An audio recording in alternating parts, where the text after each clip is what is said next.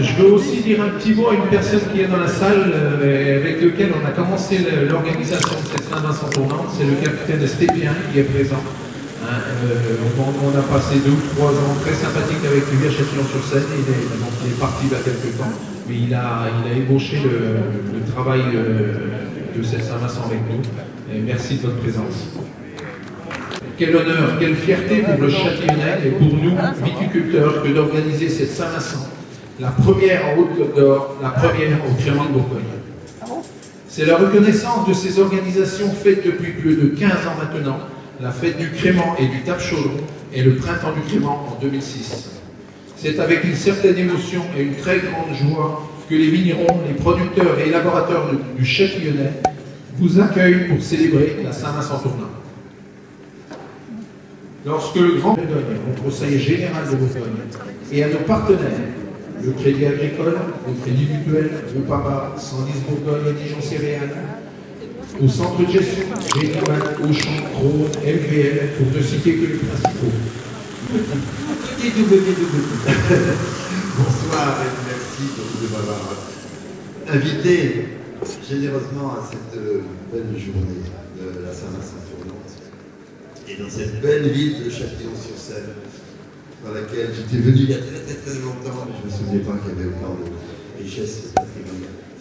Voilà, et j'ai appris aujourd'hui que entre les Crémants de Bourgogne et moi, il y avait un point commun, il y avait une année commune importante. Parce que c'est en 1975, et ça aujourd'hui, que les Crémants de Bourgogne ont reçu leur appellation d'origine contrôlée. Importante. Et 75, c'était l'année du petit rapporteur. Alors il y en a qui s'en souviennent, et pour moi ça a été aussi un tremplin formidable de cette émission de télévision. C'était la première émission de télévision. Voilà, donc ça nous rapproche encore un peu plus, quoi. On a un souvenir commun, une année commune importante. Et puis j'aurais en plus en souvenir maintenant de soirées, de journées, etc. J'aurais pu avec vous. Merci à tous.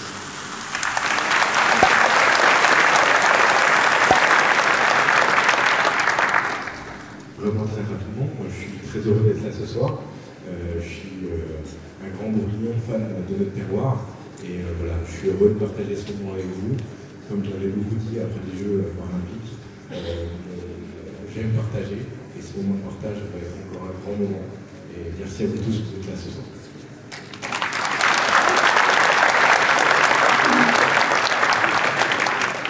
Merci à vous d'être là. Monsieur Legrand, un petit mot?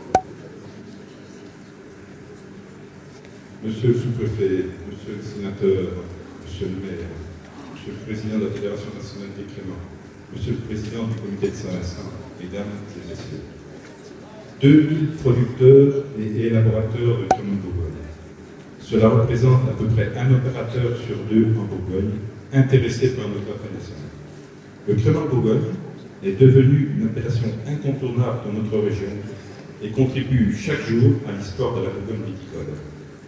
Rappelons-nous les premières bouteilles de vin de Bourgogne mousseux au début du XIXe siècle.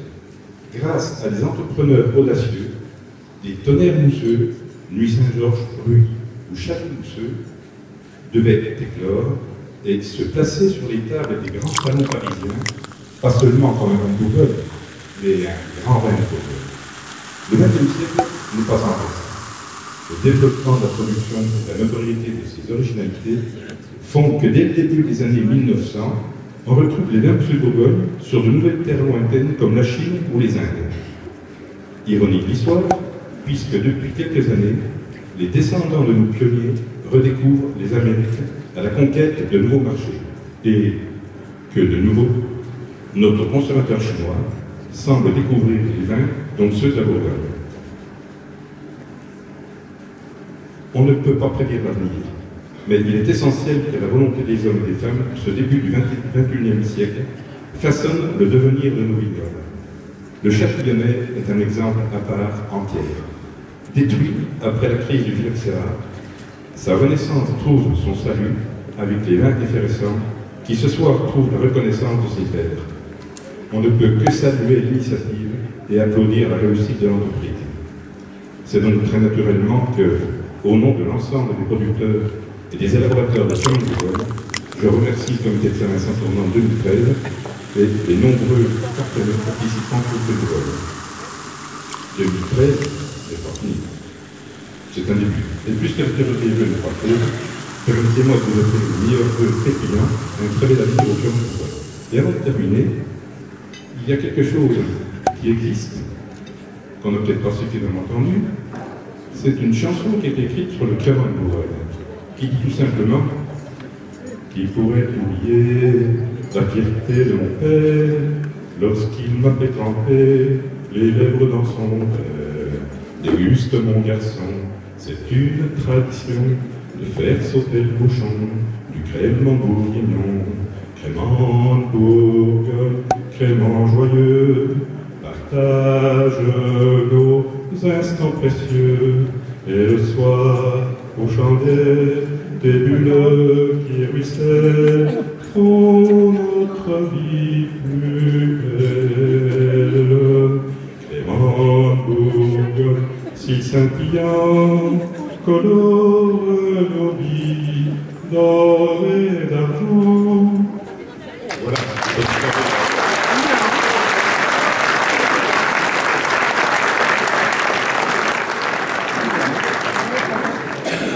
Merci, monsieur le maire. Hubert. Merci, monsieur le président.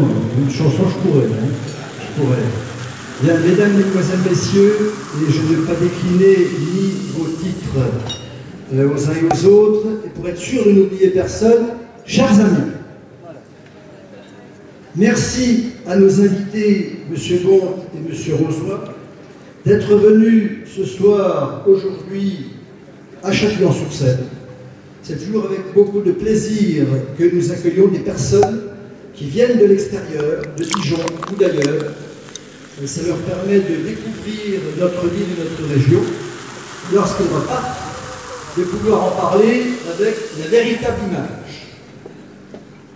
Bien sûr, quelle joie, quel plaisir, quelle satisfaction pour le maire que je suis d'avoir vu aujourd'hui, hier, avant-hier, la semaine dernière, le mois dernier, toute l'année 2012, cet élan de solidarité, cette mobilisation, cette motivation des centaines et des centaines de personnes de Châtillon, des 23 communes, du pays châtillonnais et même au-delà, se mobiliser pour faire en sorte que cet événement, la Saint-Vincent-Tournante à Châtillon, soit une réussite.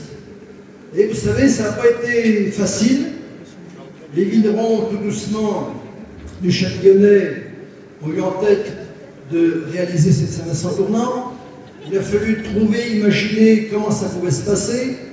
Tout de suite, j'ai été volontaire pour dire ça pourra se passer à Châtillon-sur-Seine. On va s'organiser, on va mettre les moyens techniques nécessaires. Alors ça n'a pas été facile non plus avec nos collègues, voisins, amis de la côte bourguignonne, vous savez, un peu dans le bas. Bon, parce que d'habitude, c'est plutôt par là-bas que ça se passe. Bon, allez faire ça dans le nord. Il ne doit pas faire chaud là-bas, hein? Dans le nord. Je leur dis, on n'est pas dans le nord. Parce que moi, quand je suis à Troyes, on dit, vous avez de la chance, vous êtes dans le sud. Eh oui. Eh bien non, on est où on est, et on est bien. Donc, merci donc aux vignerons de s'être mobilisés. Je crois qu'on peut dire ce soir que la fréquentation était bonne, c'est mon sentiment. Je voudrais rendre hommage, bien sûr, à tous les bénévoles, aux riverains qui ont eu, bien sûr, quelques handicaps pour rentrer chez eux, etc., mais qui se sont mobilisés pour décorer. Vous avez pu voir la rue d'Ursay, la rue Saint-Gorge, la rue du Bourgamont, etc. Donc c'est vraiment ce soir un maire de Châtillon heureux de cette mobilisation. Est-ce que ça peut nous servir par la suite pour d'autres manifestations? Je le souhaite. Toujours est-il que, pour conclure, je vous souhaite aux uns et aux autres de passer une agréable soirée avec, vous verrez, différentes animations.